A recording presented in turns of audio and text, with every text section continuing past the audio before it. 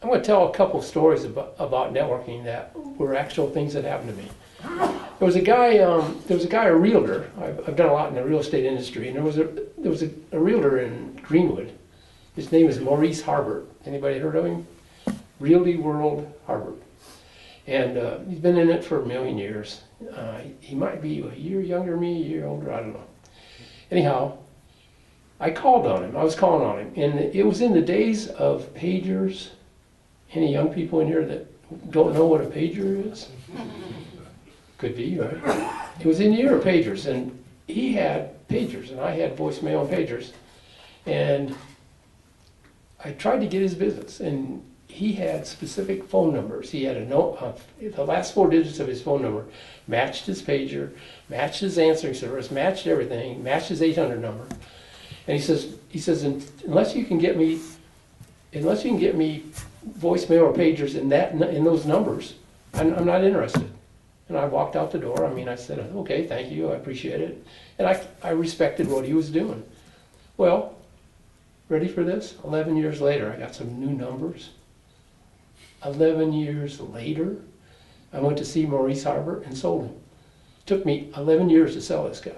Huh? I mean, okay, it was a network kind of thing in a way, because I would call on him every once in a while. And I'd go see him, and he said, you got my numbers? I said, no. And turn around and walk out the door. But I kept notes. I guess they were network notes, right? Kept notes. Went back to him 11 years later and got him. Here is another one that's a killer story. Was in a network group with a guy. I can't even think of his name now, which is frightful. I wish I could. Had not seen him in 2.5 years. Mark, you'll like this one. Had not seen this fellow in 2.5 years. He called me one day and he says, hey man, you're in the cellular business. I said, yeah. He says, I got a lead for you. I said, okay, I really appreciate it. He says, go see U.S. Customs. So I go see U.S. Customs. In those days, cellular phones were still $1,400, and they were transportable that you could carry around. They weighed about 8 or 10 pounds. Okay, and that was our initial mobile units that you could carry around. And I went to see U.S. Customs based on this fella, and they bought, ready for this? In those days, 100 transportable phones. 100. In those days, we were happy to sell 3 or 4 a week, right, Mark?